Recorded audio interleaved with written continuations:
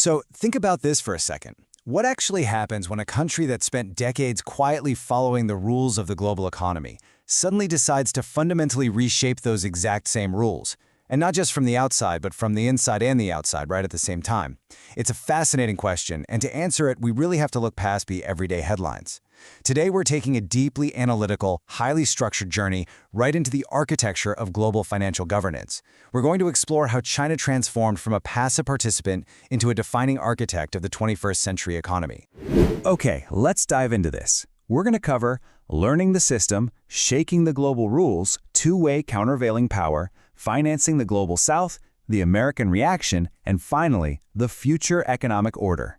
Starting off with Part 1, Learning the System, the 1980s and 1990s entry.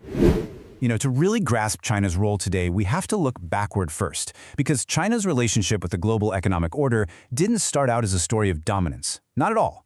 It was actually a story of entry, of adjustment, and of learning. Back in the 1980s, when China re-entered the Bretton Woods institutions, they weren't acting as a master. They were very much the student. Throughout the 90s, their entire focus was just adapting to established financial norms. And then, by the 2000s, they were integrating deeply into these broader global frameworks.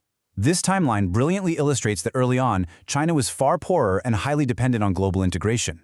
They were acting as a classic rule taker, literally just learning the mechanics of how to survive and operate inside an existing Western-led system.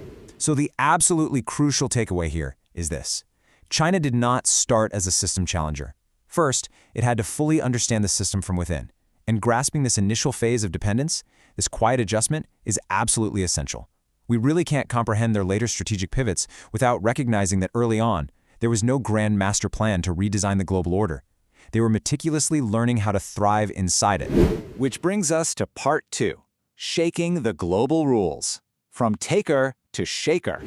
Let's move to and see how this builds. As China's economic weight and capabilities exploded, their behavior on the world stage naturally evolved from passive acceptance to active influence. It maps out in 3 distinct steps, going from a rule taker to a rule shaker and eventually to a rule maker. That middle step, the rule shaker, is particularly interesting. China didn't launch an outright revolution to dismantle the existing system. Actually, scratch that. It was more like they started gently pushing, bending, and redirecting the rules in ways that served their own developmental and strategic interests. Now, bending the system took some very practical forms. They started pushing for new lending norms, pivoting heavily toward concrete infrastructure rather than the traditional Western focus on structural adjustment policies. They fundamentally changed development finance and actively demanded institutional reform. Put simply, China just became way too important to ignore, and honestly far too active to remain passive. Through these deliberate actions, its massive influence essentially forced the established order to adjust its own expectations and behaviors. Moving on to Part 3, Two-way countervailing power, inside and outside strategy. Now, what's really interesting about this slide is it introduces the central strategic concept of this entire analysis. It answers the big question: how exactly does a modern nation reshape global governance without completely abandoning the old system? The answer is two-way countervailing power. This is the brilliant institutional strategy of working inside existing Bretton Woods institutions while simultaneously building new alternative platforms outside of them to gain dual leverage. It means China doesn't have to choose between reforming the old order or building a brand new one. Through clever institutional strategy, they can just do both at exactly the same time.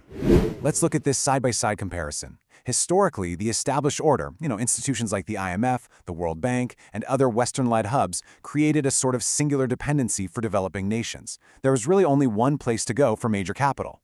But look at the alternative pathways now built or backed by China: the Asian Infrastructure Investment Bank, the New Development Bank, and the BRICS Plus network. This visualizes layered institutional change. It proves that China's global influence isn't just about manufacturing or trade anymore. It's about fundamentally rewiring the deep financial architecture of the world and challenging the old hierarchy. Part 4, Financing the Global South. Options, change, bargaining power. So how does this dual strategy actually impact the developing world, the broader global South? Well, it creates a totally new geopolitical reality. On one hand, Western institutions come with traditional dependencies and pretty stringent expectations. On the other hand, China's alternatives offer faster decision-making and vast pools of much-needed infrastructure capital. Now, looking at this impartially, the Global South isn't simply picking one ideological side over another. They are intelligently navigating options. And just having a credible alternative fundamentally changes their bargaining power against the old monopoly. It's a real game changer. And China's power goes way beyond just hard infrastructure, beyond concrete and steel. They are actively setting actual norms.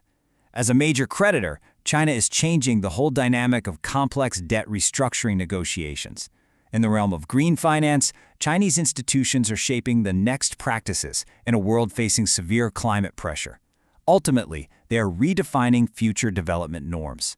It's a critical shift, showing that China's power is deeply embedded in the very rules through which the international community decides how to handle the future. Let's look at Part 5, the American reaction.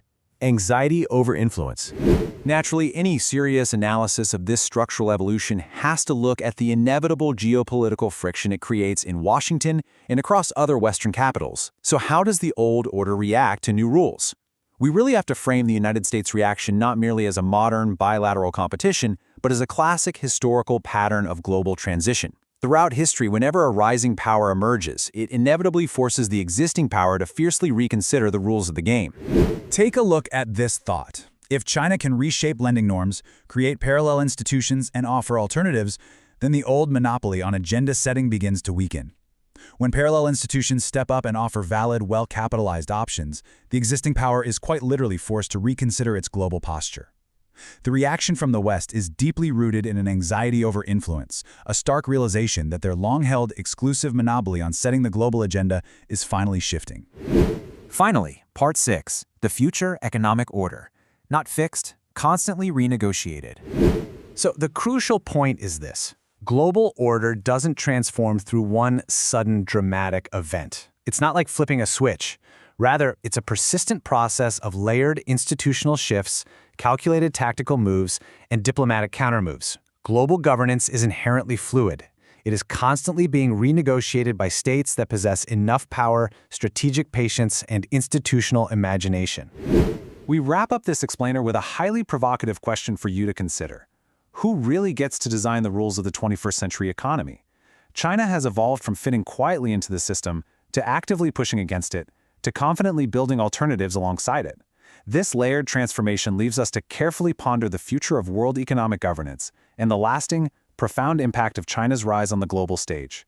Thank you so much for joining me in this analysis, and keep questioning the rules of the world around you.